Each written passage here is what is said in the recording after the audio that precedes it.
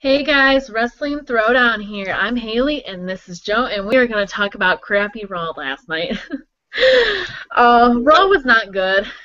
Let's be honest here. I talked to many people, and many people feel the same way I did, that it was horrible. It was not good, especially for a going home show for a pay-per-view event, which is this is supposed to be like their biggest pay-per-view that they're going to try and make. So you would think that this show would be phenomenal. I thought Raw was going to be so good last night, and it ended up being horrible.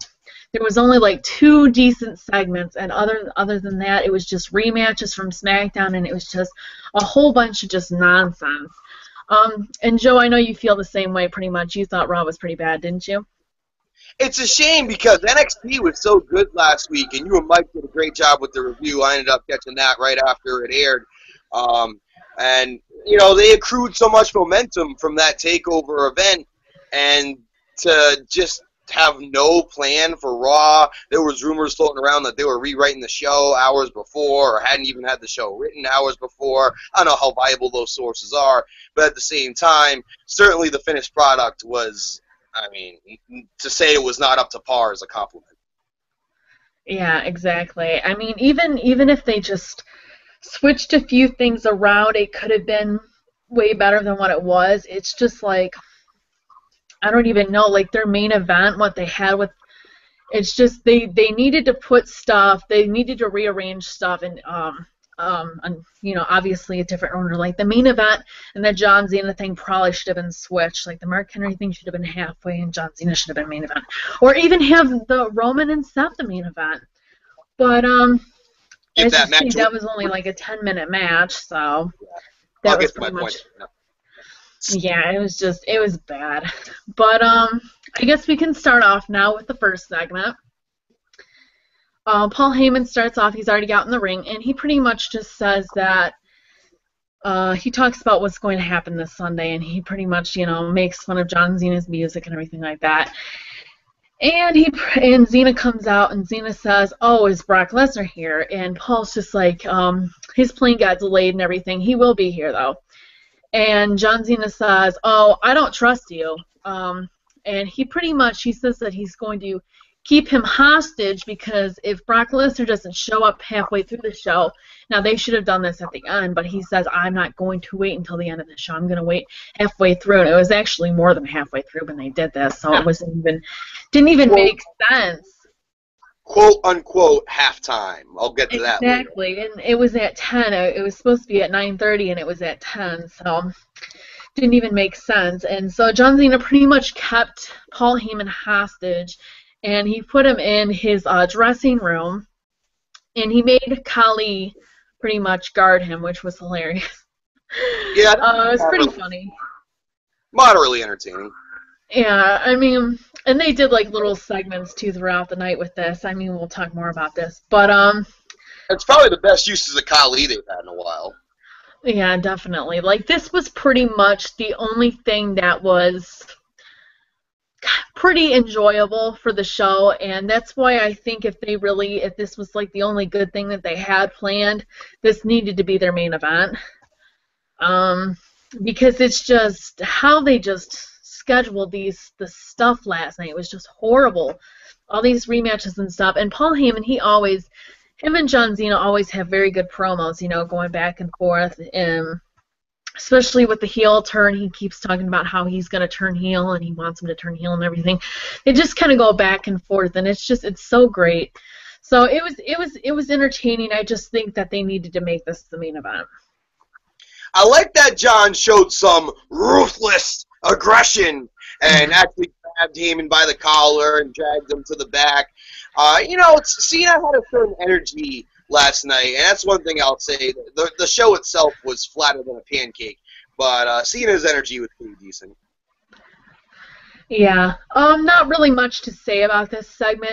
It mostly happens later on in the night. This was pretty much just to get the whole thing pretty much started and to capture Paul Heyman to get him back in the room, for us to all think, oh, is Brock Lesnar going to show? Obviously, we knew Brock Lesnar was going to show. He had to have shown because he's obviously the WWE champion. We haven't seen him in like 3 weeks, so. But this was pretty much just to get a field for that, and pretty much. And John Cena, it's so funny because he didn't even watch him. He made someone else watch him. It's just like, what were you so busy doing, you know? It But like he it made him. creates this image that like John Cena is this thing and everybody else in that company are his minions. And, oh, a 7'4" Punjabi giant. Go watch the door. But by the way, John Cena speaks Punjab. That's quite interesting.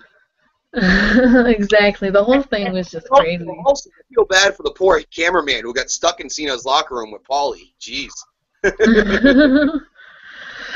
Yeah, it was pretty funny though. That's pretty much what they did though for the first segment. I mean, obviously the second segment later on is better because it obviously involves Brock Lesnar. We'll talk more about this later, but that's pretty much what it was, just to hold him hostage and put Khali up to doing something that obviously the creative team has nothing for him to do. So it's like, oh, okay, we're gonna make him, you know, guard Paul Heyman for the night. I got John Cena. I got the door. But that's pretty much all I got to say about that. Chris Jericho versus Kane. This wasn't anything real special.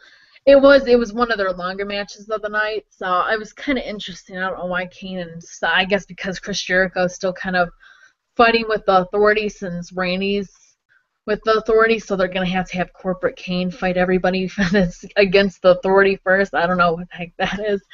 But that's pretty much all he's used for. It's just random matches that obviously do the Authority wrong, and he's not even obviously in his regular outfit. He wears black pants now to the ring, so obviously, you know, he doesn't have his cane or his mask or anything. So it's Corporate Kane, you know, so I don't know. The match itself was decent, though. I thought it was pretty good for, you know, and I actually thought after this it was going to get kind of good, you know, especially since they started off pretty good. I mean, it wasn't, like, horrible. So I thought they were actually just going to get better and better. But obviously that wasn't the gist here. But, yeah, I don't know. What did you think about the match? I thought the match was pretty decent. Jericho and Kane have a chemistry. They've been working together. I mean, people forget Kane's one of the last remnants of the Attitude Era when Jericho debuted in WWF at the time, now WWE. They've worked together for years. Jericho spoke about Glenn, if you will, in his book, and they're very good friends, so Jericho was very comfortable working them, and there was definitely chemistry. Certainly not the strongest finish with the turnbuckle finish, but it was a way to get Jericho strong going into his matchup with Randy. Again, this match had me saying, okay, I'm a little hopeful for the rest of the show, but no.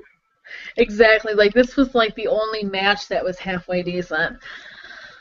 And then they kind of go backstage and they say, pretty much Paul's on the phone and he's trying to call Brock Lesnar. That's pretty much the gist there. And he says that he has no phone reception. So, I mean, he thinks that Brock Lesnar's not going to be able to come because he can't get a hold of him. So that's pretty much, and they just leave it right there for right now. These little backstage segments, I mean, they were pretty funny with the whole Khali thing and everything like that. This was pretty much their angle that they were doing with the whole night, but then after halfway through the show, they were already done with it. So yeah. That's another reason why this should have been the main event, because then they could have just continued with these little bits. They were really going to do this. They only did it like 2 or 3 times, and then it's done. And then they wanted to end the show with Mark Henry and Rusev. That's what I don't get. It's just crazy. Stupid. But it was I mean, it was funny. You saw Khali smash the cell phone at a certain point with these vignettes, and I was thinking, I'm like, where's the old Michael Keaton giant ass phone that he had in old WCW in the Dangerous Alliance era? Like, you can't get that. Like, come on now. You're better than that, Paulie. But that's pretty much that. There was just little backstage segments of that, and we'll talk more for what happens with him and Khali. Renee interviews Roman Reigns, and she pretty much she talks about the whole heel turn for Seth 3 months ago. They brought that back up. And because now all of a sudden Roman and Seth are feuding, even though it seems like what they're supposed to do is they're supposed to really feud, obviously after WrestleMania, if all comes according to plan and they do what they need to do. But she pretty much just talks to him about that. And it's funny because someone told me to rewatch this SmackDown thing with, I think it was last SmackDown, with the tag team. I think Roman was tag teaming with Chris Jericho maybe, and it was Seth and Kane. And I guess he mouthed to him, like, I don't know if he whispered to him, and he says, like, Roman, I guess said that you will always be my little brother to Seth. I thought that was kind of cute. They caught that, huh? Yeah, they told me to rewatch that, and they told me what time it happened, and it does look like, if you see, like, the mouth words, it does look like he says something similar to that, and it's kind of cute. But, I don't know if that's just something to obviously say that they're still obviously best friends in real life, or if it's just trying to get the heat of the moment, make Seth feel bad for what he did. I don't know. But he pretty much just says that he's going to take care of Seth and he's going to lay him out with, and all he needs is this. Now, Roman, he's getting better with his promos. I never really thought he was that great of a talker, but he really doesn't need to talk that much. And, someone tried to tell me this, too, because, like, I kind of always said, like, oh, Roman really needs to work on his talking and everything like that. But what he says is to the point, and it gets people excited for him, and it's not like people, I mean, he's so over with the fans and everything right now, and he's not, I mean, obviously when he becomes champion, I think obviously he's going to have to do more with the talking. But for right now, his talking to the point is perfect because he's more of the fighter person. He's not really more of a talker. You always got, someone who's better at wrestling ability or talking, and he's more of the wrestling ability. He's so great in the ring. I'm not going to take anything away from him, even though I don't like him. He's very talented, especially for only being in developmental for, 2 years. He's very, very good. But that's pretty much what they just need to, I guess, when he becomes champion, he just needs to work a little bit more on his talking. But it is to the point, and it is, it gets the people going. So it's good enough for now, but I would like to see a little bit more out of him. He did steal the Mike Tyson line, the very famous Mike Tyson line, where he said, everybody's got a game plan until you got hit in the mouth. I always enjoyed Mike Tyson's delivery better. Everybody got a game plan until you get hit in the mouth. But overall, Roman's kind of got that Joe Cool persona where he doesn't have to be all excitable like a Diamond Dallas Page or like, his Familia The Rock. Or he's got that Joe Cool persona. It fits him. I do think he needs to be more light on his toes. Like, you can tell his promos are written for him, as opposed to even a guy like Seth at this point, definitely Dean, Bray Wyatt. Their promos come off more natural. I feel like with that's, if he can just kind of inject more of his own personality and not so be on the script, I think he'll be all right. Yeah, and that's pretty much what Dean Ambrose did when he was Jon Moxley. He pretty much took life experiences and he put them in his promos, and that's what was so great because he grew up in Cincinnati, Ohio, and so he had a rough life, a rough childhood, and I loved that he put his own personal experience in his promos because it made him so much gold. It's perfect, beautiful. Anytime in wrestling, if you could put a piece of yourself into the storyline or into your character, and I think that makes it so much better. I saw a recent out-of-character shoot interview with Bray Wyatt, and he was speaking about Husky Harris and how just that character just wasn't him. It wasn't him at all. And more, Bray Wyatt, it is him. The stuff he spews, he does believe half of the ideology he's saying. He's just saying it in a different way in the character. But the Bray Wyatt is more a representation of him, as opposed to a label or a personality being thrown on him. Another guy who I could throw on there, the late Sean O'Haire, who unfortunately passed away this week. I did a video on that on my channel. And he's a guy who came in, had a lot of potential in WCW, and, was part of the Alliance storyline. No one really had a persona at that point. But then he was brought back kind of with some Bray Wyatt-like persona, talking about these sinful acts and pretty much rationalizing it, saying, like, you should cheat on your wife, you should cheat on your taxes, lie, cheat, and steal. And he would end it with the tagline, I'm not telling you something you don't already know. But then they kind of killed that off, put him with Roddy Piper. Roddy Piper got fired because he badmouthed WWE on HBO in an interview with Bob Costas. And then he was dead in the water. And they always tried to inject a certain personality on Sean O'Haire, but they wouldn't let Sean O'Haire, who was athletic, could talk, big guy, had all the ingredients, probably a better talker than Roman Reigns, if I'm really trying to be comparative, and they wouldn't let him be him. So I always feel like it's more organic. The Rock wasn't The Rock until he was able to be him. He was Rocky Maivia, die Rocky die, and then once he started putting that University of Miami swagger in his game, what was really him, then he became The Rock. Steve Austin was the ringmaster when he went to WWF. He had $1 Million Man Ted DiBiase as a talk piece, and it wasn't until he beat Jake Roberts at the King of the Ring and started injecting his own personality, which he had started in ECW in those early promos, is when we started seeing the evolution of Steve Austin. Triple H, same deal. I can go on and on. So, Hunter Hearst Helmsley to the more modern day representation. So it's an evolution. Everybody needs to find who they are, and I feel like when you put who you are in that character, and I'm even seeing it with some of these NXT people like Charlotte and some of these other characters, they really put themselves, and even Tyson Kidd at this point, really putting a lot of themselves in that character. Yeah, definitely. I didn't even know who Sean O'Haire was until I looked him up. And I'm like, oh, yeah, he was Chuck Palumbo's tag team partner. That's, like, really the only thing I know about him because, obviously, I didn't see too much of him. They brought the WCW tag titles into the WWE originally. They were the last WCW champions. Yeah, I didn't see too much of him. That was pretty much what I seen of him was when he was with Chuck Palumbo. But, yeah, it's kind of interesting. Could do a swanton bomb, could do flips off the ropes for a guy who was 6'7" and looked like that, could talk like that. I thought he was the best of all those guys with Mark Jindrak and Chuck Palumbo and Sean Stasiak and that group of people that came up together from the power plant were known as the Natural Born Thrillers in WCW. I liked Palumbo too. I thought he was decent, but I always thought Sean O'Haire was the standout. Yeah, it's kind of a shame. They just kind of like completely dropped them after like what year was it, like 2004 or something like that? But yeah, they just in late 2001, they didn't even let it play out to WrestleMania. They killed it at Survivor Series with the infamous WCW versus WWE tag match, which featured half WWE guys on Team WCW, including Kurt Angle and Steve Austin. So it died a slow, painful death. And unfortunately, a lot of those guys, they were kind of left to falter. Certain guys broke through. Hurricane Helms comes to mind, a few others.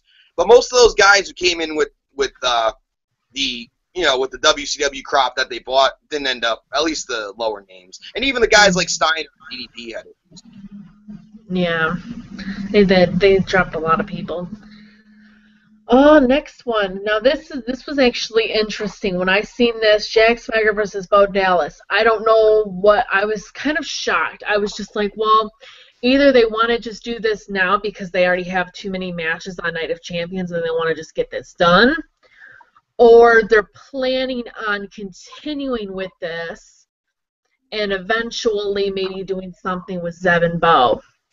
Because I was, happy that, Zeb Coulter didn't turn on Jack Swagger, and Jack Swagger did win. But I'm just like, I don't think this is completely over with. I don't think they would just end their feud after, 4 weeks, 5 weeks of doing back to forth. And, I mean, it was good stuff, too. And so I don't know, it just wouldn't make sense to me for them to just end it on a random Raw, because then Bo might complain and stuff. But I don't know, though. Jack Swagger beat him, so really he shut him up. So at the same time, it could be over.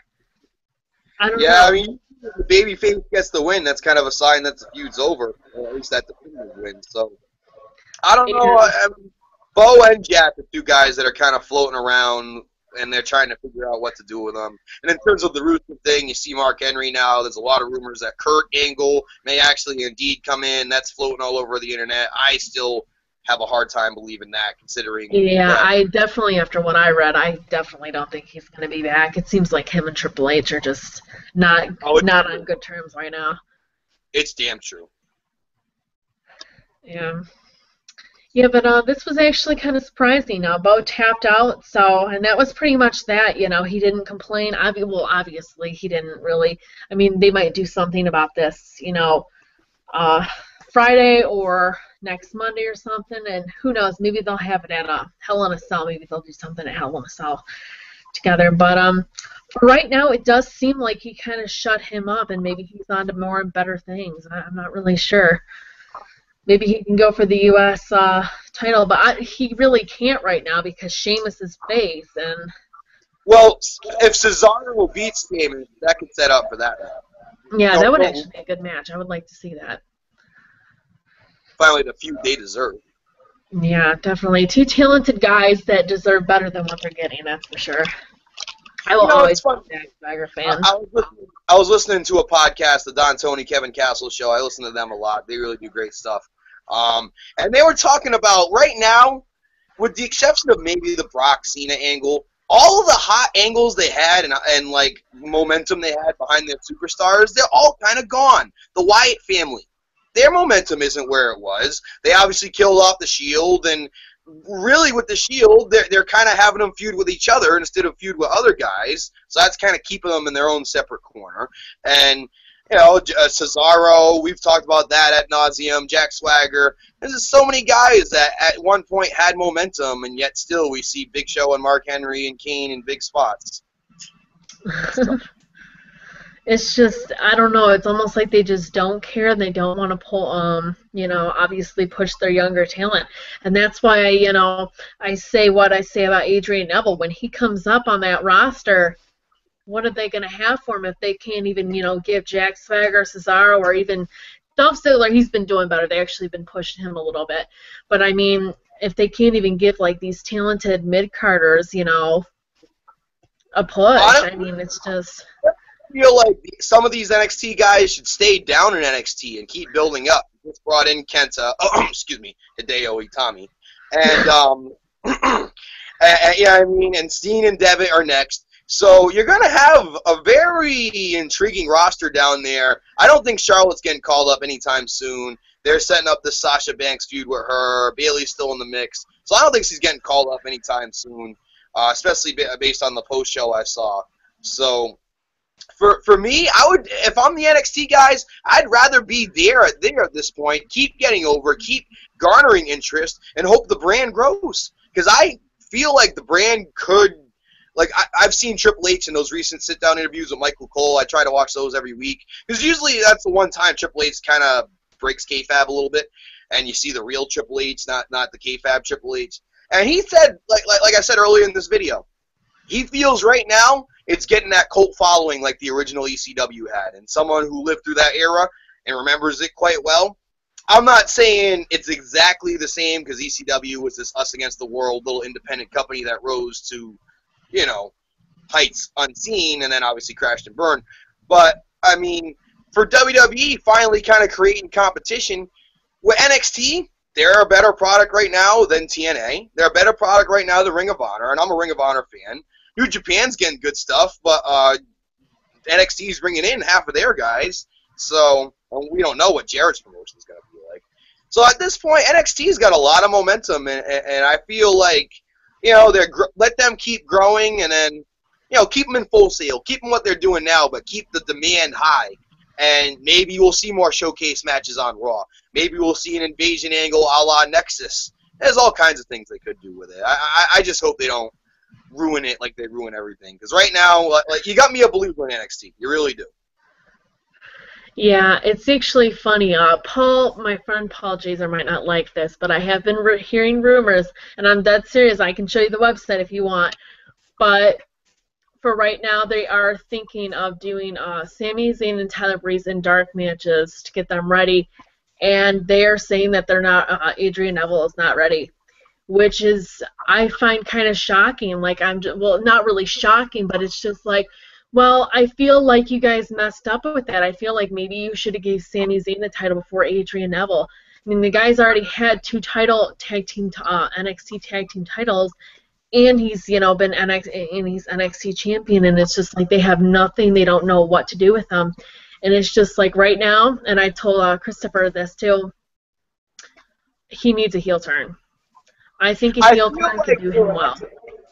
like I said, I watched the post show, and he was the last person they brought out to interview with Renee. They had Todd and Byron Saxton kind of doing the review, and Renee interviewing all the wrestlers, a la Mean Gene Okerlund, and she did a great job with it.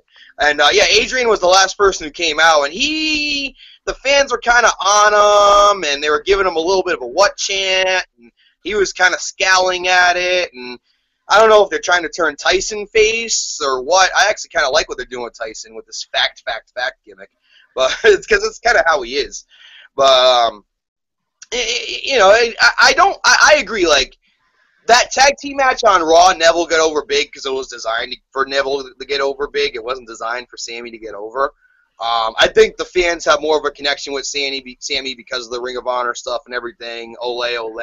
At this point, though, I kind of want to see Sammy stay down there. I don't want him to get called up too early and get lost in the shuffle. And I'm not saying another thing, yep. But I think with Kenta and Devitt and Steen coming in, there's some fresh matchups, and maybe you can do Neville and Zayn as a tag team. You got Sin Cara and Kalisto. You got the Ascension still there. Devitt and Steen possibly. So you got some fancy matchups there that could work.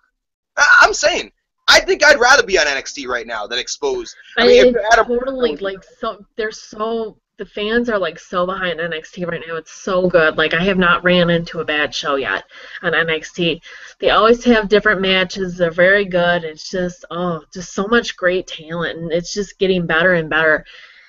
And Joe just dropped out on me, but it's just I love NXT. And I know Adrian Neville is big with the fans, and I said this on my NXT Takeover review. I know a lot of people like Adrian Neville. I'm just saying if they're really going to make him as big as what people want him to make, the heel turn needs to happen. Because if it doesn't happen, his talking's really going to slow him down. And I feel like I don't even know. It's almost kind of like the guy is he's not as good as what people. I think a lot of people are kind of over-exaggerating when they talk about Adrian Neville, how good he is. He is good, but he's not as good as what people are saying. Like, people are, like, acting like he's, like, the best high flyer and everything like that, and that's not true, I mean, there's many other guys that are better high flyers than Adrian Neville. Nothing to take credit away from the guy. The guy is good, even though I don't like him. He needs a lot of work, and I think this heel turn could be great for his character, and I think the fans would love it, and I think this could be the push that he needs to get to the main roster. I agree. At this point, he usually champions, when they've had the belt for a while, they start getting stale, they turn him heel. CM Punk comes to mind with his 434-day run. So I feel like it is time to turn Adrian Neville heel. I feel like they were teasing it. I don't know if Breeze goes face. Someone's going to turn face out of this. I can't figure out which one it's going to be. Something tells me maybe Tyson, but maybe not because he's still jabbing at Natty. So I feel like maybe Tyler Breeze could be the guy. I'm kind of feeling his jive a little bit too. Although I love Tyler Breeze. Country-wise as well. I've heard that rumor. Yeah. Yeah, lots of different stuff they can do with NXT, though. Lots of good talent, that's all I gotta say. And it's funny, I feel like we're talking more about NXT than Raw, because Raw was not good. Yeah, I'm jealous. I didn't watch TakeOver, but you and Mike did a great job, and I did as much homework as I could without actually watching the show, including watching your review and watching all the other stuff from the WWE YouTube, and I feel like I'm semi-informed. Well, that's good. Next, Paige and Nikki Bella versus AJ and Brie Bella. I was actually kind of interested to see this match, just to see where it would go and everything like that. And of course, Nikki and Brie didn't touch each other until after the match, where when Paige and Nikki won, Nikki, obviously, when Brie was laid out, did her backbreaker on Brie, and she pretty much just walked out of the ring, and that's that. They're pretty much not going to touch each other until, obviously, they have their one-on-one. They're going to obviously be in tag team matches and maybe tag each other and stuff a few times, but they're not really going to have that face-to-face until they actually have their single match. When, I don't know. They actually said they're going to wait on that, so who knows if You it'll think be at Hell in a Cell or if they might pull this out for a few months and make it like at Royal Rumble. Who knows? Really, do you think they're actually scared that a Nikki and Brie match might actually be horrific, almost as horrific as their segments, and that's why they've invested AJ and Paige into this to give some trustworthy workers and actual women's wrestlers in this god-awful story? The funny thing is it could work if when Daniel Bryan comes back and if John Cena turns heel.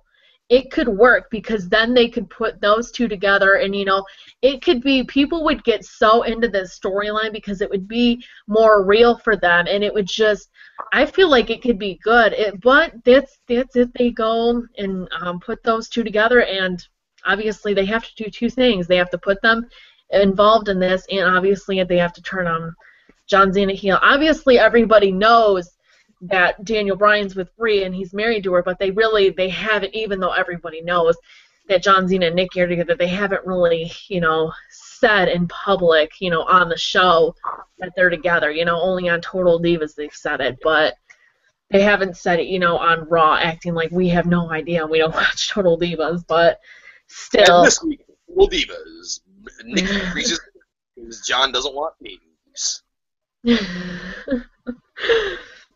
But, yeah, that's the only thing I could see to get them to work, because I don't want them to do something stupid with this and maybe put, like, have her, Brie's brother turn on her and join Nikki and stuff like that.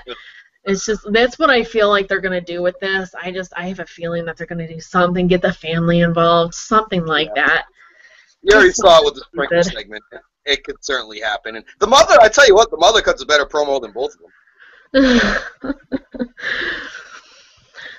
Oh, that's funny. But anyways, Paige starts skipping around the ring, and AJ follows, and Paige is actually in the ring, and AJ skips around the ring. So they're skipping at the same time, and it's just obviously AJ trying to get in Paige's head. Paige yelling at her, telling her to stop, and it's not funny. These two are so entertaining. I hate Paige, or not Paige, I'm sorry, I don't hate Paige. I hate AJ, and it's just, she just entertains me now. Just because the whole thing with her and Paige, it's just so good that it's so entertaining. They're actually bringing the Divas division back to life, you know, and she's working with Paige and making her, you know, so when she does leave, Paige can obviously take over and be the shining star, which I know she can be. You know what women's match we really want to see, but we're probably never going to get? Stephanie and AJ. They teased us. I know, that would be the best match. That would be so great. Oh. And like, Stephanie looks like Andre the Giant compared to AJ. So it would be it would be so great. I'm sure so many people would love seeing that. Especially even if they got CM Punk involved too, that would be even more hilarious, but obviously they wouldn't do that. But DVD sales. They just so many. If I was on creative team, I would like the fans would be so happy. I would just be changing everything. I'll be like, okay, this is what needs to happen. This is what needs to happen. Me and you should definitely be on creative team, because I'm telling you right now, we'd make it so much better. Torelli 2014 for WWE Creative. Change you can believe it. Wrestling Throwdown style. Bray Wyatt does a promo on Big Show, so it's funny. I guess now he's going to feud with Big Show. That's pretty much what the gist of it is. He's pretty much, I don't even know. It's like almost like they've ran out of guys with him, and since Big Show's kind of like one of the main guys right now, they're just going to, because obviously Big Show and Mark Henry have been feuding with, they've been having some matches with Luke Harper and Eric Rowan, so now it's kind of like, oh, Bray Wyatt's going to get involved and he's going to do some stuff, Big Show. And it's funny, too, because Big Show, supposedly, they still don't know who's going to win for Night of Champions. They're thinking that they might have John Cena win. The only reason I would see John Cena winning is if he turned heel and Paul Heyman joined him. That's the only way I can see him winning. But I really hope they don't, because then they ruin everything they've done with Brock. I mean, At this point, Brock Undertaker, he destroyed Cena. You know, you have guys there. I've heard Big Show is rumored against Brock. Pew, pew, pew. actually had good matches back in 2002, 2003. Astonishingly good when you consider the work rate for both of them at this point in their careers. But back in 02, 03, they were having some show-stealing matches. I'll give it to them. There is a chemistry with Brock and Big Show. But really, like, Big Show injected into it, I hope not. But, again, like, to me, Randy's a guy you could feed to Brock. There's other guys you could feed to Brock. At this point, Batista, highly unlikely, as the great Aaron Riff from NoDQ.com would say, with all the success he's having. And they're gonna. He looks like he's gonna sign a contract to do more Marvel movies, perhaps an appearance in Avengers 2, of course, Guardians 2. So Marvel's gonna lock him up, and he's gonna make a lot of money. And WWE's gonna regret misusing him. Let me tell you. As much as we all shoot Batista. It's funny how much a year makes, as much as, or 8 months makes, as much as we're all shitting on Batista. Not to quote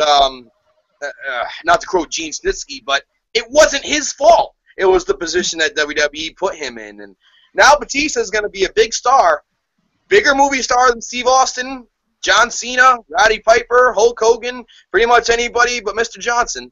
So... That's on you. Yeah, it's just the only thing with Randy though is if they did the Brock and Randy thing, they obviously would have to turn Randy face because I would like it for them to have a heel versus heel match, but you know WWE, they don't like having heel versus heel matches. One has to be a face for it to work. Like Lesnar, what does he do to cheat? What does he do to act like a heel? He's a big, mean monster that rips people apart. But, there's always... I don't know, I'm telling you, almost like the NWO or Steve Austin, how they organically turned into cheerable commodities, or how the Wyatts were. I feel, and still kind of are. I feel like Brock, if you do Brock and Randy, especially Brock and Big Show, everybody's going to root for Brock. No one wants to see Big Show be the champion anymore. Maybe Randy, but at this point, I don't even think people want to see Randy as a champion anymore. I mean, they can put him in full Christian out of the Peep Show on the pre-show on and feed him to Lesnar. I don't know, something. Yeah, it's just I'm a huge fan of Randy, but they didn't push him too fast. Never mind, that's not even what I meant. It's almost like he was really good in 2009, like that was like his whole thing with the Stephanie and Triple H and everything like that. But then they just started giving him, like the whole thing with Christian, when he beat Christian, I think it was like, 6 days, 7 days, something like that. That was messed up. They didn't need to do that. Technically, it was 2 days, because it was on the SmackDown tapings 2 days after. So it was like he had it, he didn't even have it for a full week. So it's just, that was where they messed up. And then they just kept giving him the title and giving him the title. And that's probably why people are sick of him, because I know a lot of people who love Randy Orton, and I still love Randy Orton. And he's getting up there with John Cena now. He has 12 now, right? I think he has 12. And so... it's just like, it's almost like they're getting kind of tired and sick of him, and they just kind of want him to go away. And so that's probably why he won't be champion for a while now, at least for probably close to a year, I would think. Especially since Roman and Seth are going to be fighting after the Brock Lesnar thing goes and all that good stuff. If it goes right, if WWE does what they said I they're feel going to like do. even last year, Randy was doing a great job as the lead heel. Once he turned heel with the captain at SummerSlam and formed the Authority with Triple H. The whole feud with Daniel Bryan, he got heat that whole time. He was the first ever, it's funny because they recognized Jericho as the first ever Undisputed and Randy as the first ever World Heavyweight. But at least they still acknowledge Jericho's win. But I don't know. It's tough to say. I feel like the Evolution thing hurt Randy. And then just to keep losing. Because I feel like instead of that god-awful Kane storyline that we got, Randy, part of what he's saying is right. He should have got a one-on-one rematch against Daniel Bryan. That should have been the Extreme Rules match. And then you throw Batista against Daniel Bryan for 2 matches. Batista's gone. Boom. Daniel Bryan doesn't have a hurt neck. Although maybe he would have anyway. Who knows how it would have played out. It seemed like the Kane storyline was correlated, and all those tombstones he took that one Raw didn't help his cause. Yeah, the whole Kane thing was stupid. They just, In 2012, Team Hell No was one of the hottest things going. And it's been disappointment after disappointment for Kane. He should have ended it at that point. Team Hell No. You know, maybe Bryan retires him or something. It should have ended at that point. That was his last That's great actually a really funny thing. That's when I first really kind of started liking Daniel Bryan. I hated Daniel Bryan when he first came in. I could not get behind him. I was just like, I was, and people were crazy. Like people were kept saying that I was crazy and everything like that. It took him to really start talking. And people say he's not a good talker either, but I'm just like, I think he's a really good talker. I think he, cuts his promos good and everything. He says what he needs to say, And it's almost like just Warrior in a way where he's not articulate like a Jake Roberts or like a Rock or Steve Austin even or Jericho, but he's got that energy, and that's what the crowd feeds off of. And even if it is a one-word yes, no thing, when he starts rambling on, sometimes it can be a bit much. He's not a great actor, hence that whole demon storyline and the car and everything else. Ugh, terrible. But Daniel Bryan, the vegan mechanic, everybody. Yeah, I don't know. It took me a while to get behind him. It was probably right near the AJ thing. That was probably when I really started liking him, and then the Team Hell No really got me fully loving him. So it did take me a while. I don't know. I wasn't feeling him when he first came in. I don't know. I guess I just didn't think he was going to be as big as he was, And I'm sure a lot of people probably didn't think that either, because of the way they were treating him, I was a believer. I never thought he'd be a heavyweight champion. I thought he would be a Chris Benoit, not to mention his name, or someone like William Regal. There we go. Someone like a William Regal on the roster who would maybe be a mid-card guy. I knew he'd belong, though. Even the way they treated him on NXT, losing every match. He did lose every match, but he was in there against Batista, Jericho. So people forget about that. Even early on, he was in there against main eventers. And then, the whole thing with The Miz. I feel like that helped his character because it got people behind him a little bit. And people like me who knew Bryan was a great wrestler, and as much as Miz was a great character, Bryan could school Miz in the art of wrestling. Bryan, he's done it the right way, and Bryan is proof that when you have a connection with the fans, and the fans just don't give up. And when they first fired him from Nexus, Daniel Bryan, that's when the chant started. They brought him back at SummerSlam. And then it was like little by little, he had the Money in the Bank, and no one ever thought he was actually going to – everybody thought he'd be the first one to lose on the cash-in. He beats Big Show for it. And at that point, was pretty notable at that point. And he held it to WrestleMania, where he lost it in 18 seconds. But that was the ultimate backfire in WWE history. That ruined Sheamus, and that was probably Daniel Bryan's moment where everybody got behind him. Was the 18 seconds. Even if you didn't like Daniel Bryan, you knew he was a good wrestler, and you were probably looking forward to that match with Sheamus, and you're like, what? Yeah, I think that was, I thought that was messed up. That was really messed up, yeah. The more they mess with him, the more the crowd loves him. So, hence the whole storyline last year. People love an underdog. Yeah. I miss him, though. I miss Dean Ambrose, too. I'm so glad Dean's coming back next Raw. I'm so happy. We need some people back. There are too many people missing right now. Bray Wyatt did face Big Show. It was a DQ, though. Eric Rowan and Luke Harper attacked him, and then Big Show chokeslammed him, and then Wyatt just started laughing, like he normally does. But yeah, I do think this is an interesting feud. I don't know if they're just kind of running it out.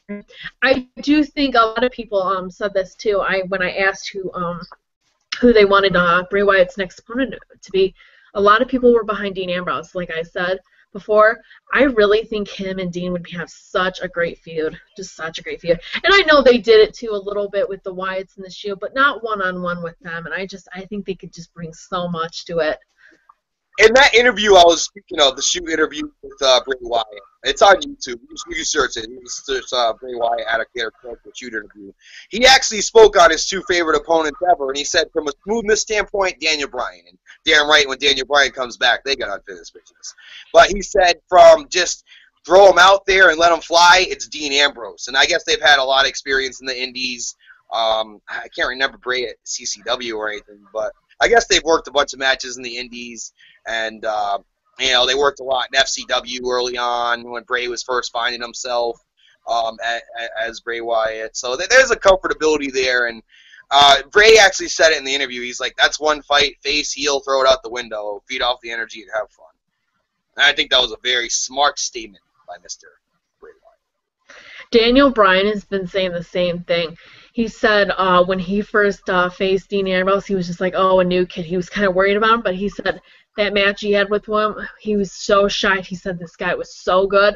And, of course, WWE thinks he's a mid-carder. They don't think he's a main event yet. I just think that's ridiculous. It's just like you got, like, main event guys saying how good he is, and you still don't think he's in the main event. I just think that's ridiculous. They said that about Punk and Bryan, and they proved it wrong. They've said that about Ziggler, and I feel like Ziggler is still busting his ass to prove him wrong. The injuries is the one thing that cost him. Had he not got hurt after the cash-in, he had a longer reign and been taken more seriously. So injuries is part of it, too. But I feel like with Dean, give it time. I have no doubt in my mind that eventually he's going to hold the WWE Championship. It may not be. I do think eventually he will. I do. Just probably not as soon as what people probably want him to be. I mean, they said that about Mick Foley, and he was a 3-time WWF champion. So that's kind of another comparison. It's Mick Foley. Yeah, Mick Foley's one of my favorites. I love him. Another Paul Heyman backstage thing. He comes out and he talks to Khali, and you talked a little bit about this. He pretty much says he has no reception, and he says, oh, I'm just going to stand right over there, you know, where there's better reception, and Khali breaks his phone and shoves him back in the room.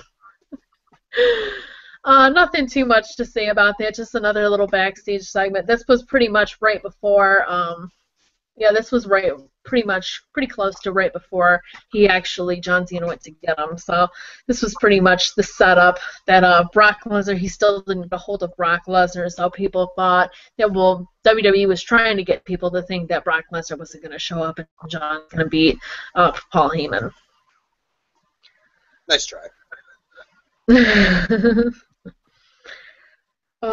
Sheamus and Usos, this was kind of a random match versus the Seven Stardust and Goldust. They pretty much put the U.S. Title match and the tag team title match. They pretty much combined them. That's pretty much what they did here. And Sheamus and the Usos won. So the Usos are looking strong. Jay's, completely his kayfabe injury is completely healed. So he's ready to go and everything. I still do think that Stardust and Goldust are going to win. We're going to do a prediction show this week about it, but I don't know. The Usos might surprise me. They've been surprising me lately. I mean, I always thought they were really good, and I'm so happy. They're a great tag team. I was very happy when they won the titles. They deserved it and everything. But I don't know. I have a feeling, I don't even know, because they just mess up all these tag teams. I'm so worried that they might do something with the whole brother versus brother thing. I swear if they do that with them, that'll just be horrible. Then you can just pretty much release them if you're going to do that, because they're not going to be good single. They need to be together. They need to be a tag team. His husband John is the better worker of the two. It's close, but he's got a little bit more physical. Yeah.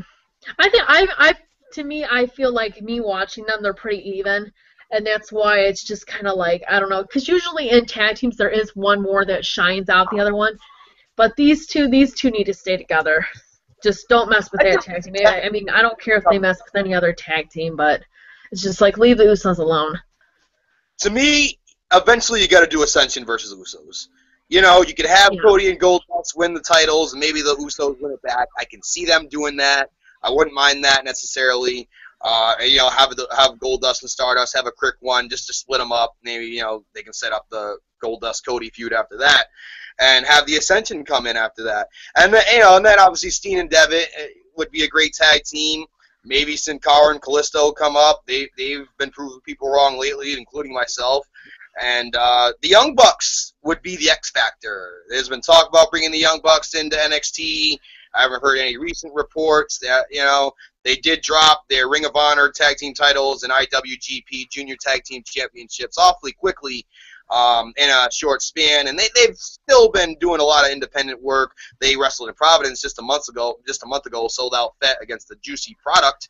My boy JT Dunn and David Starr representing the tag team champions from CCW.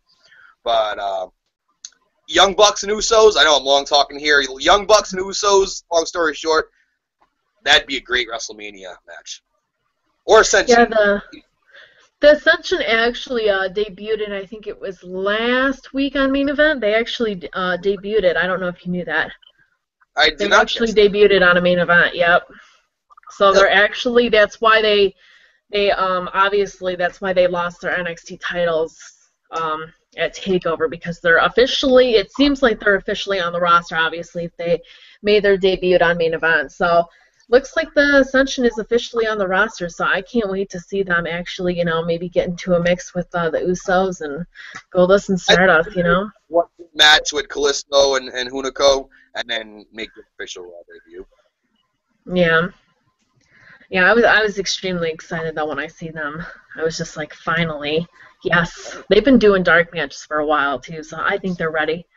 Definitely ready. Agree. The tag team division. Yeah.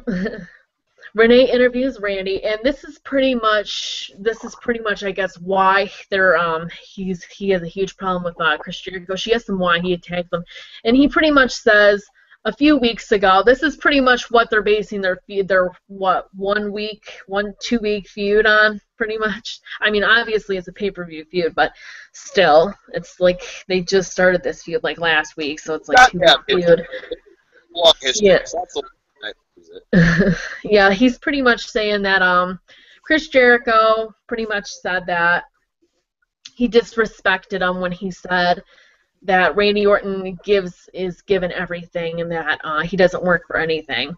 And he pretty much said that Chris was wrong about that, and he's just like, it's not my fault that Chris has had to work twice as hard as me to get stuff, and I'm just that good. That's pretty much what he says. Cocky Randy Orton, the same old, same old. But I do think that's kind of funny that's why they just, I think it was just like a last-minute decision. I really do. I think it was a last-minute decision, and they were just like, well, let's have a really short feud with, Randy and Chris Jericho before Chris Jericho goes back on tour. They panicked because Randy and Roman wasn't, so they panicked, and they knew Jericho could get a good match out of Randy. They have a proven track record, so they're like, oh, screw it. And they do the blow-off with the cage match on Raw, and it's, ugh. Yeah, and it's almost like they didn't want Seth to be alone without a match, and if they didn't do that, they would have to maybe put a handicap match, which they were supposed to do. It was supposed to be a handicap match, but they obviously just said, screw that whole thing, and we'll just have, Seth have one match with Roman, which makes no sense because they're going to be really feuding in a few more months after WrestleMania. It's just like they almost wanted to start their feud up before they finished the Dean feud. It's ridiculous. I don't even know what they were thinking. Just crazy stuff. But that's pretty much all I got to say about that. They are going to have a good match. They're both very good wrestlers. It's not like they're not going to have a good match or anything. I just think the feud, how they did the whole feud and storyline thing, it's just so stupid. It's just like if they were going to do this, they needed to do it at the beginning, like a few weeks ago instead of like just last week. They needed to do this before. Yeah. Well, I had a feeling when they were teasing that highlight reel with Randy and Jericho, that's what they were. I did have a feeling. Yeah. Okay, this was pretty much the whole gist of it was supposed to be the whole show, but obviously they stopped it halfway through. Well, it was a little bit more than halfway through. It happened at about 10, but John Cena drags Paul Heyman out to the ring, and he says, you better make Brock Lesnar appear or, I'm going to make your teeth disappear. And Paul pretty much says, he won't hit me. He's just like, because that would make you a bully. And he pretty much says, and I know you're not a bully because of hustle, loyalty, and respect. And that's pretty much what he does.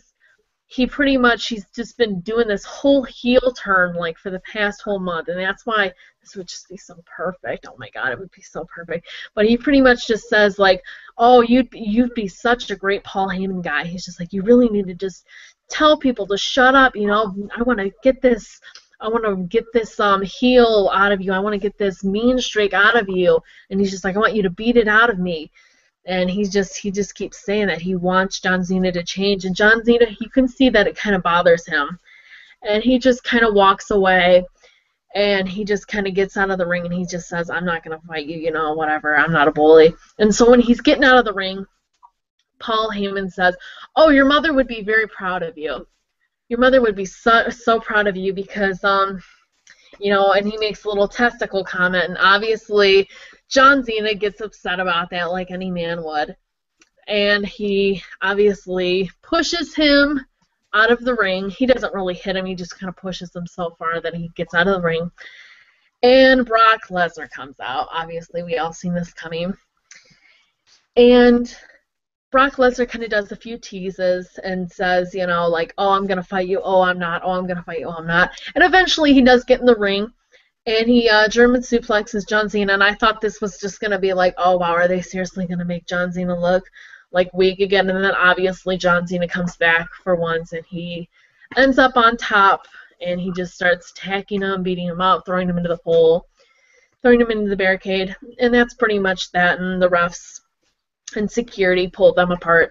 And that's pretty much that. So obviously we see that John Cena and Brock are obviously going to have a little bit more of an aggressive match, obviously. And it's not going to just be, you know, Brock Lesnar beating the crap out of John Cena. It's obviously going to be hopefully an equal match like I wanted in the first place, because they had such a good match back in, what was it, 2012, Extreme Rules? Yeah. And they had such a good match, and it's just like they made them look so weak this time. So I'm really glad that they're actually going to hopefully do the whole thing that they did at Extreme Rules, but make Brock Lesnar win, obviously, again. Hopefully. I mean, I think we're all expecting a more competitive matchup at this point. The fact that the WWE, and this is what I'm calling WWE out, I already did call them out on my YouTube channel in this regards to this specific topic, but I'll make this brief. To put this, the segment wasn't bad. I mean, you had a good aggression. Brock comes in, throws him with the suplex. People are like, oh, here we go again. Cena comes in like a house of fire.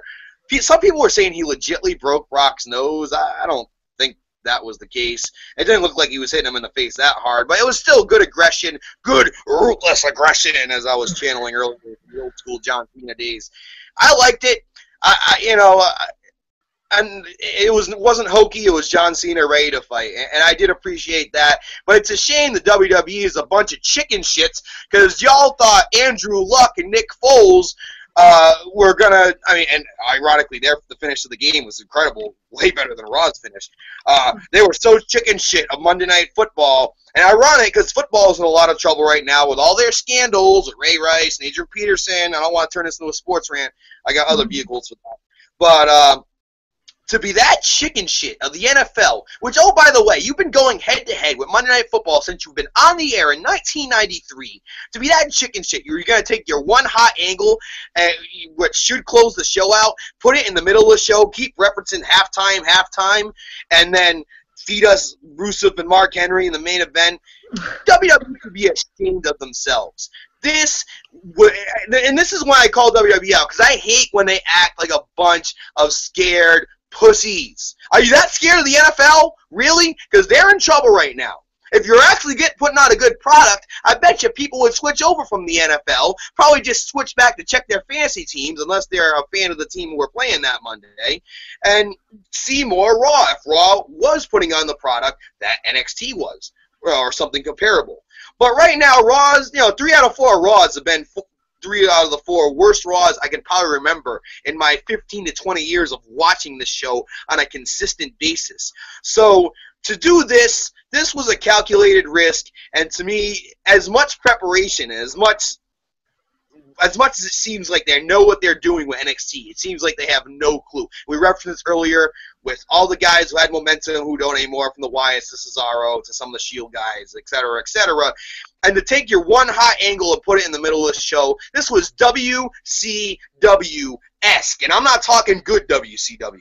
This was terrible. So, again, the segment itself was good. I got no problem with the execution of the segment. It was how it was supposed to be. But to put it in the middle of the show, WWE, Vince, Hunter, whoever's making the call here, Kevin Dunn, chicken shit move. You rely on your stars to close your show, and I got no problem with mixing it up once in a while. You did Stephanie and Brie a few weeks ago.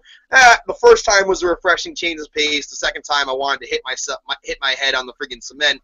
But that's neither here nor there. But seriously, this is the one match you're hyping, the one reason why people want to see this pay-per-view, and you put it in the middle of the show. And like you said, the whole build with Heyman, they could have filled it to the end of the night. No, and even use the term halftime. Pretty much conceding that they are no competition to the NFL. Please please, if the WWE had the scandals that the NFL was dealing with right now, then the WWE would be in a lot of hot water, and Nancy Grace and everybody would be all over them. But, you know, the they're still doing great ratings somehow, in spite of all this bad PR that's coming out with Peterson and Rice and everything else. And for you to be that chicken shit of the NFL, again, you're scared of a guy who looks like Napoleon Dynamite and Nick Foles. Like, I'm not trying to go on an NFL rant, but come on, WWE. Focus on your own product. That's the problem. They're worried about bringing in Michael Sam to compete with Raw, bringing in Jerry Springer 20 years past his prime. Focus on the product and stop doing stupid shit like this. End of rant. That was awesome. Couldn't have said it better myself, Joe. But yeah, it was just really stupid. I don't know why they did this. I don't know if it was a last-minute decision. If they were planning, well, it wasn't a last-minute. Well, it could have still been kind of a last-minute decision if they did it like right at like 8:40 or 7:40, and like thought like, oh, you know, instead of at the end of the show. But obviously they knew that they were going to do this at the beginning of the show. They obviously knew that they were going to do this halftime because they said that. But I don't know if it was just the last minute, like, oh shoot, like, you know, what about football, you know, NFL. Not really sure about that, but they did that, and it was just terrible. And it's just like if they had a good match at the end for the main event, like if they would have left Seth and Roman at the main event and made it like a really good like 25-minute match, I would have been happy. That would have been fine. They could have done that. What they gave us would have been much better than what they gave us. That's what I thought. I'm like, all right, I'm like, they're putting this on at 10:30. I'm like, wow, we're gonna get like a 35-minute match with Seth. Exactly. Like, that's what I thought. Like I thought it was gonna be a good match, and yet it's 10 minutes. Oh. Yeah, and give it away on free television, and Roman beat Seth clean with no interference whatsoever. You just threw it away. You threw it away. And there's only one way I can solve it. I have an idea to salvage it. I don't know if we're at this segment. Is there any other segments to get to before this match, or? Yeah, there is. There's a few. Yeah, right. there's a few. All right, you know, I definitely want to share my opinion on my man losing too in 10 minutes. Trust me. But we can get through these next two pretty fast. Cameron and Naomi. Yeah. Versus Naomi. I was just like, wait, weren't they supposed to feud like 3 months ago, and then they only had one match when Cameron won, and then they just killed it, and now they're trying to bring it back? I don't even know what that is. And if Cameron wasn't on Total Divas, she wouldn't have a job right now. Sorry, my brother just came in the room. My brother's birthday. That's all right. But Cameron wasn't on Total Divas, have a job right now. Yeah, it was oh my god. And both of them, I mean, I love Naomi. I think she's a great wrestler and everything like that. But it's just like, I don't even know. Like, it's just, Cameron is just, I don't even know what she's just like, ugh. She's almost as bad as Brie Bella. And Brie's definitely. I mean, no, Brie's not that bad. I mean, I would put her in with, like, this is how I would kind of rate the divas. Like, AJ and Paige at top, and then for mid-carders, I would put probably Brie in there in the mid-carders, and then for the jobbers, I would put, like, Cameron. That's what I would do. I think Rosa Mendez is better than Cameron. I think Summer Rae is better than Cameron. They're all better than Cameron. She sucks. She sucked. The only reason she got a job is because of her looks. She clearly didn't know shit about the business. That was exposed on Steve Austin's Tough Enough when she was asked what her favorite match was. And, Jericho actually had her, Brie, and Summer on his podcast this week. I listened to that interview. It was actually pretty good. I kind of shed some insight on Total Divas. But she's awful. And then you saw this week on Total Divas, she's asking to get sent down to NXT, and the guy, Mark, the producer, is like, oh, well, if you do that, you might lose your job. I was like, please, get rid of her. Like, get someone else on this show. The worst thing that could have happened to Naomi. Brodus Clay is long gone. The Funkadactyls are dead. If Naomi is booked as a credible singles competitor, she could be in the mix. She probably would have won the Divas title had she not hurt her eye against Oksana, which was very unfortunate. But Naomi's great. She I don't want to get like on a race car here, but Naomi could arguably be the greatest African American female diva they have ever employed. And there's been some good ones. They had Jacqueline, they had Jazz. There's been some good ones, but if Trinity was used right, she's got everything she needs. She's attractive, she's talented, she's got charisma, she's got everything she needs, and I think initially, as you saw in Total Divas, Cameron was supposed to be her valet, and which spoke volumes on how little faith they had on Cameron, and she had a bitch fit about that. So now you're seeing the correlation and everything, and the only reason why they probably did this match on Raw was because they had the thing on Total Divas, so it was fresh in people's minds. Yeah, I agree, Joe. He just got out. So, but the thing is, even Alicia Fox, she's pretty good too. I mean, they had that whole crazy kind of gimmick going with her. I don't even know where she's at right now. But it's funny because she's actually just a model. Like John Laurinaitis, if you guys did not know, he actually found her in a model magazine, something like that. And if Alicia Fox can be as good as she is as a model, that's really telling you something. And then Cameron, I don't even know if she was supposed to originally wanted to be a wrestler and that she's that bad. It's just like you can just like, I mean, someone who probably doesn't even really want it that bad is way better than Cameron. And then it's just, Cameron? Did you hear what I was saying? I was pretty much talking about how Alicia Fox is a model. Well, they found her as a model in a magazine. And she's like way better than Cameron. And Cameron, I don't know if she was supposed to originally wanted to be a wrestler or what. But it's just like, it's crazy. Cameron? I got 2 words for you. They might not be able to hear you, but I can. I can't. They might still be able to hear you, but I can't. It was probably your phone logging off and everything. That's probably what it was. If you had a call or something. Yeah, let me try to reset. Do the next time. I'm gonna try to hear you. They might be able to hear you right now, but I can't hear you. I'm sorry. But, yeah, it's crazy. I don't know what they were thinking, if they just wanted to do this for, I don't even know. It's just like they fought 3 months ago, though, and now they're going to just automatically bring this feud back. It just doesn't make any sense to me.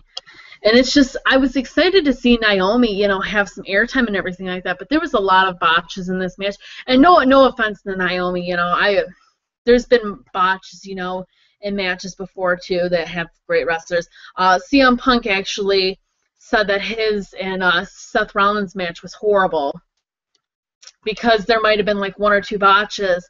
And you know how CM Punk is with his matches. But it wasn't any of their fault. It was just kind of, it's almost like a misunderstanding, or it's just like Naomi can't really, it's kind of hard probably to carry someone as bad as Cameron is. So Naomi was probably just trying her best. And not everybody can, Gail Kim, for example, she can carry Taryn Terrell very good, even though Taryn Terrell is not good. She can carry her very good, and they can have a really good match together.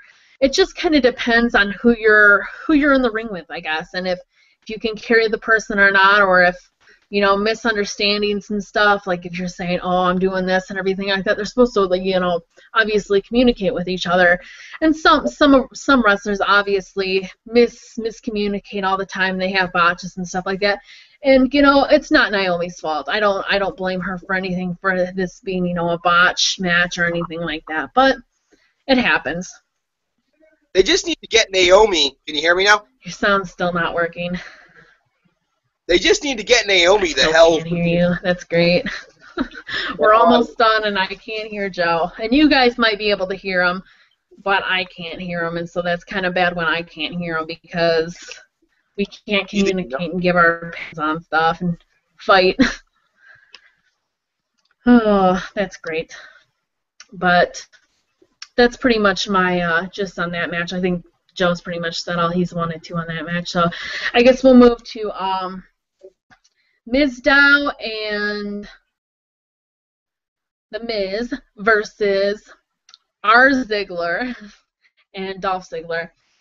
I think this is kind of funny that they had, R-Truth be Dolph Ziggler's stunt double. I do think that's kind of funny, and it's also funny because we haven't seen R-Truth. When's the last time that we actually seen R-Truth?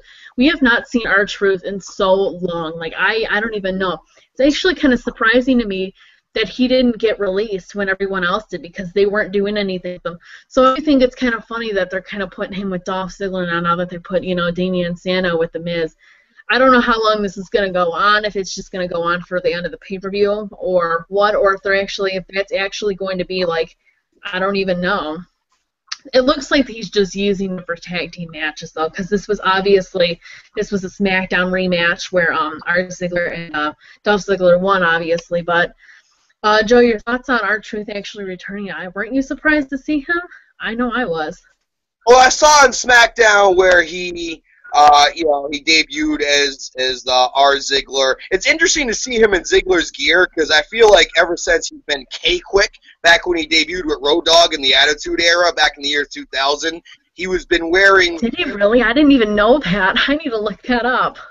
Yeah, after DX disbanded, him and Road Dogg were a tag team, and then they went into TNA together and formed the 3 Live Crew with Conan. And then obviously R-Truth was in TNA, TNA Heavyweight Champ a couple times. But yeah, I've never seen him in trunks. I've only seen him in jeans, going back to when he was K-Quick. So it's interesting visually. And he's sitting there doing Ziggler's move. It's funny that they're ribbing Jerry on commentary, saying, "Hey, Jerry, you would have had double the heart attack." Because everybody knows Jerry had the heart attack when Ziggler was giving him those repetitious elbows. So overall, you know how I feel about Damian Mizdow and this whole entourage. I feel like Mizdow is going to be here to stay. And again, I've heard rumors on Tyler Breeze possibly joining Miz's entourage in the future as well. I think that'd be great. He reminds me in attitude and persona a lot of John Morrison, and I think it would kind of be like the opposite of how Miz and Morrison were, where Morrison was kind of the veteran worker and Miz was kind of getting the rub off him and ended up being the bigger star. Now it could be where, Miz is a big star now, has been a big star. Tyler can maybe get the rub off that, and maybe he can get be a big push out of that in the future. That's just one way to go about it. But I think Miz's entourage, if that's what it's being called, I kind of like that name, is here to stay. As far as R Ziggler, I guess he's going to be here as long as this feud's going to be happening. So. Yeah, I'm not sure if he's actually just using him for a tag team partner or if he's actually going to escort him, to the ring. I think that would be kind of funny. But maybe he can join the Nation faction, because what I'm hearing, they're not done with this Nation faction with Big E. I have heard that. Yeah, they stopped because they were getting racist remarks. Obviously, people kept saying, obviously because they were 3, but it's just like, put R-Truth in there. I almost called him R-Ziggler. Put R-Truth in there, have him as a 4, I mean, there's nothing, racial about it. It's just, 4 guys who can be great heels and can be a great group together. I mean, you got Xavier Woods, who's your talker, and then Big E, who's your muscle, and then Kofi's your high flyer. It's just like the Shield. Yeah. It's totally just like the Shield, Shield meets the Nation of Domination. And let's face it, this is all, especially Xavier Woods, and even Big E at this point, with how he's been crashing and burning, this is all these guys have. This is their last shot. I mean, how many more chances is Kofi going to get to prove himself to be more than just a put-over guy? I'll wait. I mean? Big E, they tried to push him early, Intercontinental Champion. They pulled him back. They buried him against Rusev, and we really haven't seen him since. So they need this. They desperately need this to save their career. Or else, like you said with R-Truth, they might as well release all 3 of these guys if they're not going to do anything with them. And I hope they're just waiting for the right time. And again, there's the chicken shit thing again. Ooh, racist remarks. You didn't care about that in 1997 when Farouk was sitting there, preaching like Minister Farrakhan. Which, oh, by the way, the Nation wasn't just an all African-American faction either. You had Owen Hart in there towards the end, who's obviously Canadian. You had The Rock in there, who's half Samoan, half black. So that wasn't just an African, although it was kind of built originally on that. That wasn't just an African, Yeah, I mean, I look at it as 3 guys who desperately need it. Desperately need the heel turn. Well, Kofi desperately needs the heel turn. So obviously he needs the character change. So this could be good for all of them, And how much R-Truth, how great he was as a heel. I actually really liked R-Truth as a heel. I was The little feeling the thing deal. was yet another thing they ruined. Yet another thing. Because it was ironic seeing Miz. I was thinking about this during the tag match to bring it all back relative.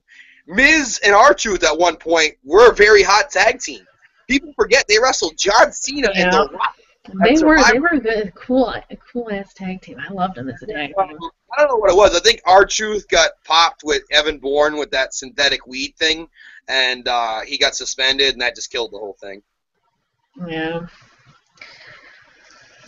It's a shame, but yeah, they could do. I really want them to bring that thing back. I have heard rumors that they are thinking of bringing it back, and it's not totally dead yet, though. So just cross your fingers and have hope for Kofi. Everything we have positive to say on this show is about either NXT or angles they should do. We have nothing positive. I know. We're so bad. I'm sorry. We have one viewer, too. Whoever it is, I'm sorry. He's probably enjoying it, though, or she, they're probably enjoying it. That's probably why they're still watching. But Seth was interviewed, and he pretty much was talking about how Roman was talented. This was my favorite thing of the night, too, guys. This was just the best thing in the world. But he says he's nothing without him. And he starts imitating him. He goes, he starts talking about how he walks on his knuckles. Cro-Mac. And then he gets down, and he starts acting like a monkey. Oh, my God, it was so awesome. And he was just like, I'm Roman Reigns. I'm Roman Reigns. And, I'm gonna super punch you, Superman punch you. It was just so funny. I walk on all fours. It was just so funny. It was just so, and a lot of people thought it was really stupid. A lot of people didn't like it, but I thought it was hilarious. A lot of people were just like, "Oh my God, that promo was so horrible that he did." I'm just like, no, it was hilarious. It was what saved Raw. Well, it didn't save Raw because Raw was completely dead, but it gave it. I mean, this was like the only thing that was actually good in Raw, but it was so funny. And he pretty much calls them part gorilla, part rhinoceros, and part Samoan. It was pretty funny. I don't know where the rhinoceros thing came from. I think he just put up. I guess because he's strong, and he made a thing that saying rhinoceros are very strong animals. I'm guessing that's why he called them part rhinoceros, because he's strong. How about this? The fact that he's ripping off the spear from a guy who did the spear and still does the spear a lot better. The original Rhino. Maybe that's where. Yeah, maybe he is. Yeah, I don't know. It was a great promo, but I don't care what anybody says. I thought it was hilarious. I was sports entertained. It was one of the few. And they have their match. And I'm thinking that, okay, maybe they killed the Mark Henry and Rusev thing. Maybe they just forgot about it and they're going to do it, maybe they're not going to do it anymore. The thing, it was less than 15 minutes even with their entrances, and it was 10 minutes with just them wrestling. Seth loses cleanly in 10 minutes. I'm not happy about that. Seth is my whole world, and to make him lose in 10 minutes just completely buried him, and it made him look so bad. I mean, even if they would have had, I thought this was going to end in a disqualification, especially since it was so short. It's just it's fine that you wanted to have a 10-minute match, but make it a DQ, make Corporate Kane come out and attack Roman and stuff like that. It's just you're going to have a 10-minute match and have Seth lose cleanly. It's just that is so ridiculous. That is oh my God, that makes him look so bad going into Night of Champions. Because now what does it look like? Either he has to win, or he has to win, cheaply. I think he is going to win. I think Seth is going to win. Because why else would you give away this clean finish, like you said, in a very shortened match, a match that could have gone 20-30, and it probably would have been good for Roman to have a nice 20-30-minute match to end a Raw. That's another thing that he needs, longer matches. That's the other thing I think people are on him, is length of matches and promos. Two things that John Cena's had heat on, especially length of matches. So I think Seth could have carried him to a half hour and closed Raw, and we would have been all right, competitive match. And even if that was a clean win for either party, had it gone 2 or 3 segments, I think we would have felt better about said match. I know, I'm watching the match, and they're going to the false finishes at 10:50. I'm like, wait a minute, that means they're wrapping this up in 2-3 minutes. So that means they're wrapping up at 10:53. And again, I had also forgotten about stupid Mark Henry and Rusev. I'm like, what the hell are they going to do for the main event? Like, they've already done Cena. I'm trying to think in my head now, and they show the preview. I'm like, oh no. I tuned out. I really didn't even watch much of that main event promo. I sat there and folded laundry. I'm not even joking.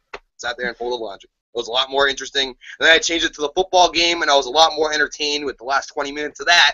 And I certainly was with most of it. Yeah, it was just, the main event was just, oh my god. I chase away viewers. I mean, when was Mark Henry that relevant that you felt he could close a show on? Now, I'm not going to fault the Rusev part of it, because we all want them to push young stars. And I feel like it's hypocritical for us to say, push young stars, and then they push one, even though we may not agree with them, and Rusev, and we get hurt about that. I think that's hypocritical, so I'm going to say that right off the bat. But just the overall, with Mark Henry's involvement, I think Swagger and Swagger and Rusev would have been a more captivating main event segment than this. This was, or maybe you could have done the final blow-off match with their feud. I don't know, but it was just stupid.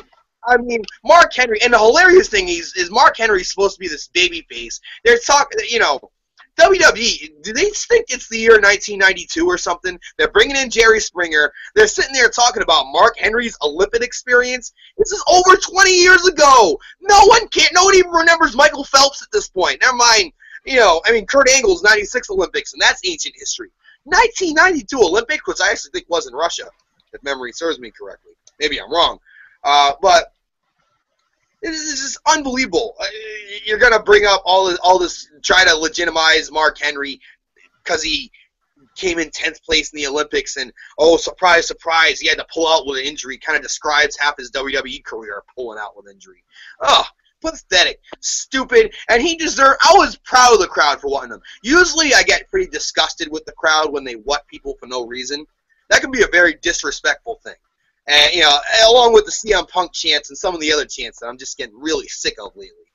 But I feel like if the shoe fits, you must have quit. And in this case, Mark Henry deserved to get wutted out of the goddamn building. I'm surprised they didn't turn on him and start cheering the Russian. Yeah, the whole segment was about the Olympics, pretty much, the 1992 Olympics. That was like the whole segment. They pretty much bring up like how he had a, get out, he had a, what was it, pretty much, he had to like be let go or whatever, he couldn't do it or something. I guess he was hurt or something like that. Yeah, and it's pretty much, and then Solana just said that, he needs to obviously give up like he did in the Olympics. And he said he wasn't, and that he's going to fight for his country. And that was pretty much that. And they both fought each other, and Rusev obviously, kicks him in the face again. And Mark Henry obviously comes out on top this time. So they're making Mark Henry look like he's, I guess. But I still think Rusev's going to win. If they're pushing Rusev, don't let Mark Henry win. Please. Oh, please. At this point, I don't want Mark Henry turn. Talent needs to defeat Rusev, like Jack Swagger would have been a good person for that. If they were actually going to do this, they needed to let Jack Swagger, beat him. At this point, the only people who might beat him is Kurt Angle if they actually get that done, or which I highly doubt, and you highly doubt, or John Cena. Probably the logical course of action. Which is so predictable. I can definitely see, actually, with if John Cena does come back and he takes a break, from his injuries and stuff like that, if he does come back, I can definitely see him and Rusev. I definitely can. Seems like that's what they're grooming Rusev for at this point, which, holy Umaga, Batman, have WWE not learned? They already made the same mistake with Bray Wyatt. Pushed him too fast, too early, unsuccessful results with Cena, and he's been scratching and clawing to find an identity ever since. Umaga, it happened. Chris Masters, it happened. So many people, that were booked as monsters. Khali, even, Mark Henry, Big Show. They run into Cena, and they. So I feel like it would behoove them to save the Cena matchup for when it really counts, because he's going to lose, and he's just going to drop like a fly once he fights Cena. It's so predictable. Yeah. I hope he doesn't. At this point, I'd probably be rooting for him against Cena just to give him the rub, but, make him the new Yokozuna or something. But I don't see it. This is stupid. The fact that they trusted Mark Henry to be a main event player to end this. I mean, I felt like the audience was in the Hall of Pain. Put it that way. It was bad. I'm waiting for his baby hand to come out and save the segment. It was that bad. absolutely terrible. Yeah, it was ridiculous. And I do want to say one thing about Bray Wyatt. Even though he's kind of been in the gutter lately, I do still have so much faith in him that he is going to rise up to the top. And I know that they're not like really doing stuff with him, and they're kind of running out of ideas with him to feud with, because obviously he's feuding with Big Show right now and everything like that. They don't really have too many people. And obviously he can't feud with Randy Orton, obviously, because he needs a face to feud with. So that's the thing too with the face and the heel. It's just like if they would be like, okay, we're gonna let, you know, faces versus faces, heels versus heels, they actually let these matches, you know, go on. Bray Wyatt would have no problem with feuds. I mean, he could feud with Randy Orton, he could feud with, you know, whoever. And hopefully he feuds with Dean Ambrose in the future, but obviously they can't do that right now because when Dean comes back, he's going to be finishing up with Seth. But, you know, he can do so much stuff, you know, and it's just like, it's obviously they ran out of stuff because they're like, oh, that's all the faces, that's all the big faces we got, so now we're going to put, you know, a 45-year-old or however old Big Show is, 47, something like that, he's probably even something like that, late 40s, with him, you know, because we have nothing to do with nothing for Big Show, and Bray Wyatt, we need for him to feud with someone, so I don't even know. I wouldn't be surprised if this was thrown in on the match card. I really wouldn't. I think it might be the pre-show. The pre-show is an hour long. Which is really sad for Bray Wyatt. It just, I feel so bad for him because I love Bray Wyatt, and so does my best friend. That's like her favorite wrestler right now is Bray Wyatt.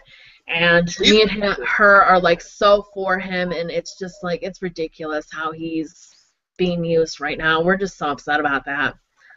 I think both Bray and Ambrose, they're too good, and they talk, and they scratch and claw.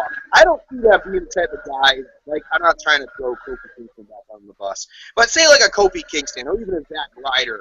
These are guys who don't question their storyline. I would even throw Daniel Bryan in there with some of the stuff. You know, I mean, back in the day with Steve Austin and even Hulk Hogan and The Rock and Triple H, there was a lot of character protection. You know what I mean? And you had to. You really had to. In this day and age, people are just so... Because there's nowhere else to work besides TNA or a step below WWE. There's no WCW. There's no alternative. So they're stuck being cookie cutter, to use that phrase that's being thrown around a lot lately. And you know, a guy like Kofi Kingston, if he had just in 2009 said, hey, why am I stopping feuding with Randy Orton? Keep this going. If Zack Ryder had just like, hey, bro, you serious, bro? Why'd Kane push me off the stage in a wheelchair, bro? You serious, bro? Like, you know, obviously, some guys do. Dolph Ziggler does, but I think Dolph Ziggler does it too publicly in interviews and on Twitter instead of doing it behind the scenes, a la Punk. I think Punk and Seth Rollins I would throw in there as well. Guys like that are two of the only guys I can see who are fighting and scratching and clawing. And you talked about in recent shows how Seth had a bad attitude. Well, you know what? Seth needed it to fight and scratch and claw. And yeah, when Triple H told him it was time to play the game, no pun intended, he played the game. But you have to have that. I mean, that's what Roddy Piper had. That's what Steve Austin had. Steve Austin would not be Steve Austin without that. And to me, Dean Ambrose has that. Bray Wyatt has that, and I don't think they're going to give up. They obviously don't write off a script. Their characters and their personas are too captivating. They're not like a Benoit where they're great at wrestling and they can't talk. You know, I think both of them will be fixtures in this company because they really have no other options. What would behoove WWE is to stop mudding up the waters, and instead of cutting guys who are young guys who may or may not pan out, EC3 for example, maybe you should grow some balls and cut the 6-7 figure salary of Paul Wright. Now, that would be heartbreaking, locker room leader, future Hall of Famer. But at this point, Big Show could probably do a lot better for the wrestling business if he went to TNA or something, or New Japan. Imagine Big Show in the Bullet Club. That'd be interesting. You know what I mean? Something like that. These guys have just overstayed their welcome. Kane just needs to retire. And, like, Mark Henry, same deal. It was interesting. I know this is off topic, but I was floating through YouTube last night, and there was this thing where video, it was a very short video. It said, Kane hates being called Isaac Yankem. And it was Glenn doing a radio interview, and they were like shock jock types. kind of like Howard Stern, like, you know what I mean? And the first guy's throwing a zinger, and he says an Isaac Yankem comment to Kane, and Kane's like, I'm sorry, guys, I'm going to have to reschedule, and hangs up on him. Yeah, I did hear about that. I did. That was so funny. Oh, God. But to me, these guys are muddying up the waters. That's why you have Bray Wyatt and Cesaro and others lost in translation. So to me, when I always cite back to like the 92, 93, because that's the one time when the WWE was getting old. You had Flair, Hogan, Macho Man, and they got rid of all those guys. They let Hogan leave. They let Nature Boy go back to WCW. They put Macho Man on commentary until he left, and they started pushing Yokozuna and Bret Hart and Shawn Michaels and Undertaker and the next generation. So to me, that's what has to happen now. Like we speak about John Cena and Randy Orton. They can stay. They don't have to get. Yeah, they're still in their prime. So. And you're gonna need veterans. But at this point, like, if I'm doing it, you know, Big Show, he's got money. He's you know, they tease the whole definitely, because Mark Henry, what do you got for him? You know, I mean, I know he did that whole retiring thing, and I have nothing against Mark Henry. I like him and everything, but it's just like when he did that retirement speech, I think that's when he needed to end it. After the whole John Cena and him feud, I think that's when he needed to be like, okay, I'm done. Because he should have probably won the title the way they did it. The crowd actually was into him. Exactly. I think it would have been good for him, too, just to have it once, but... Yeah. Oh, yeah. He did have the world once, but... I mean, he loses in a one-shot deal, and then, you know, I mean, again, like if he was just going to lose in a one-shot deal, he might as well retire, because he was ruined. Just like K-Quick, R-Truth, little Jimmy gimmick was ruined after losing, you know, had a match with John Cena at some weird pay-per-view. It was like an All-American Bash, but not the All-American Bash. I forgot what it was called.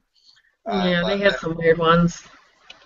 Yeah, to me, it's just at this point, like I said, you mentioned it with R-Truth. Why is he still there, taking up a spot? I apply this to Big Show and Mark Henry. And yeah, Big Show is a big part of the company. I think PR-wise, that would be very controversial if they did release Big Show. But you know what? They're bitching about money. They don't even want to shell out the cash to pay the copyright to get Kenta's name. They're going to change Kenta's name. And let's face it, that's probably what it boils down to, was money. Why did Kenta change his name? Because they probably didn't want to pay out the trademark for it, so they took out a different trademark for Hideo Itami. I'm still calling him Kenta, so you guys can get mad at me about that, but I'm still, that's the only thing I know him by, so... And even WWE has I'm not going to remember to call him by his new WWE name. I'm just going to be like, yep, Kenta, Kenta, Kenta. And I'm sure other people are going to do the same, too. When they signed Mystico, as much as that was an epic, epic fail, and that character is finally being salvaged with Hunico and NXT, the one good thing they did was, yeah, they kind of referred him as Mystico when they first signed him. Like, yeah, he's known as Mystico in Mexico. But it was Sin Cara. Like, yeah, I mean, they've been talking about Kenta for 2 months now, it seems like. You know, Triple H called him Kenta. He came out. He had a Titantron that said Kenta when he came out. And then, you know, oh, no, I changed my name. Hideo Itami. Which, I mean, it's not a terrible name. When you think of Kenta Kobayashi, Hideo Itami, it's kind of similar. Hideo is like the equivalent of like Joe or Jack in Japan. There's been Japanese pitchers in baseball, Hideo Nomo. So it's a very common name. But to me, but again, doesn't it seem like it boils down to money? They didn't want to pay out the copyright. So, you know, they're trying to cut costs here. To me, a bold move would be to release a guy like Big Show. What more does he have to do? Yeah, they already released so many people backstage. It's just ridiculous. Yeah, you're gonna release a guy, Mark Eaton, who I hear grew through the grapevine now, is having to sell all his wrestling merchandise just to pay his bills. Like, he's really in a bad spot. From guy I know, someone who's a personal friend of his, and he kind of like lets me know the deal on it, and yeah, it's terrible. Huh. Oh, WWE. Yeah. But guys, that's pretty much that. Sorry, we tried to talk about Raw, but as you can see, we kind of went on a rant, but we're sorry. Pretty much, you know as you can see, we're not Raw sorry. was bad, and we wanted to entertain you guys. You want to know why? No, because I think this 2-hour throwdown, because we're here on 2 hours here, has been more entertaining than the 3-hour Raw. And we've covered all kinds of different stuff. Exactly. We're here to entertain you and make you. So I feel like you guys would rather hear us, talk about random stuff that we want to see have happen than, actually what happened on Raw. Because what are we going to talk about? Cameron, how great Cameron is, or how or just stupid stuff like that, or how great the main event was. I mean. Yeah, no, like I said, we're not sorry. In fact, to quote Damian Sandow, you're welcome. Yes, you're welcome for the entertainment. Yeah, okay, yeah, well, don't forget to subscribe to Joe on his channel. I'll put the link in the description. Joe, you have any shows coming up or anything you want to talk to about? The Strike Zone this Thursday, rickradio.org. Very special guest, Michael Lyle. He's been a frequent guest on my podcast, The Strike Zone, throughout the years. He's worked for ESPN in the past. He's a freelance sports journalist. Has covered the New York Knicks, covered the New York Giants, the Washington Nationals, just to name a few. We're going to have him lead off the Strike Zone this Thursday. You can tune in, call in, 401-456-8787, 401-456-9946. Tune in to www.ricradio.org at 8 p.m. Eastern Time. RICW, Drumsticks and Dropkicks, October 4th. Tickets are going fast. Get them while you can, folks. $10. You can go numerous ways to get them. Contact the wrestlers personally. You can go to the Manchester 65 website, which is the venue, and purchase them there as well. And I wanted to give a big shout-out real quick. Two big shout-out. First big shout-out is to a man who was very nice to shout both of us out, and that is the one and only Duo Dreamer. I love his content. I'm lucky enough to know him outside of the ring, outside of YouTube, I should say. We're both wrestlers. I wrestle for RICW. He wrestles for RWA. It's funny because we never knew each other that well, but he was always someone I greatly respected. And when he started doing his YouTube stuff about a year or two ago, he was actually one of the people who helped inspire me to be like, hey, maybe I need to tackle YouTube and not just do the radio thing. So for him to put both of us over like that, the links to our channels, great pictures, had nothing but pleasant things to say about the both of us. I don't want to speak for you, but, for the Wrestling Throwdown, for the Joe Passarelli Show, the Strike Zone, we really thank you. It's no revelation, and he'll get that reference. It's no revelation that you are the man, brother. Almost 800 subscribers. Go, Duo Dreamer. He's got wrestling rants. He's got all kinds of stuff with the comic book figures fighting each other with that YouTube series. He's covering that, getting a lot of hits on that. So, Green Ranger versus John Morrison, all these, different matchups that the show's having on YouTube, which he's covering. It's great stuff. And I also wanted to shout out, I'm going to get corny real quick. I wanted to shout out my girlfriend, Kayla Joseph. I wanted to show everybody on YouTube this. Our 2-year anniversary this Sunday, this past Sunday, and I don't know if you can see that on there, but, it's kind of a collage of memories and stuff. And I wanted to give her a shout-out real quick. I don't know if she's watching right now. I know she's had a long night. She actually had to go to AA tonight as part of her nursing classes, so an AA meeting. So I'm sure that was fun. But I wanted to give her a quick shout-out. But, yeah, definitely Chris Sterling, Duo Dreamer as well. Much appreciated, brother. You are the man. Okay, Chris Sterling, I wanted to say thank you so much. You are amazing. I love talking wrestling about you, and I'm so glad that, you love my opinions and you think I know my stuff, because, that really makes me, feel good that, a guy's actually saying that about a girl, because you know how it is with wrestling, guys look at a girl and say, oh, she doesn't know wrestling. And so I really appreciated that shout out. It meant a lot to me. So thank you so much, Christopher Sterling. You're a great guy. And guys, don't forget to hit that thumbs up button and subscribe and follow us on Twitter. And if this is the first time you're watching this, I have the link in our Facebook group. So if you want to, you can join that. Talk wrestling, drama free. And just have fun with it, talk about anything. Indies, TNA, WWE, anything you want. Japan, anything. Absolutely. It's free reign, folks. Whatever you got. You got Mexico, Canada, Alaska, Hawaii, wrestling in the Netherlands. It's all good. Drama-free forum for us to discuss. All right, guys, I will see you in the next one, and thank you so much for watching. Bye.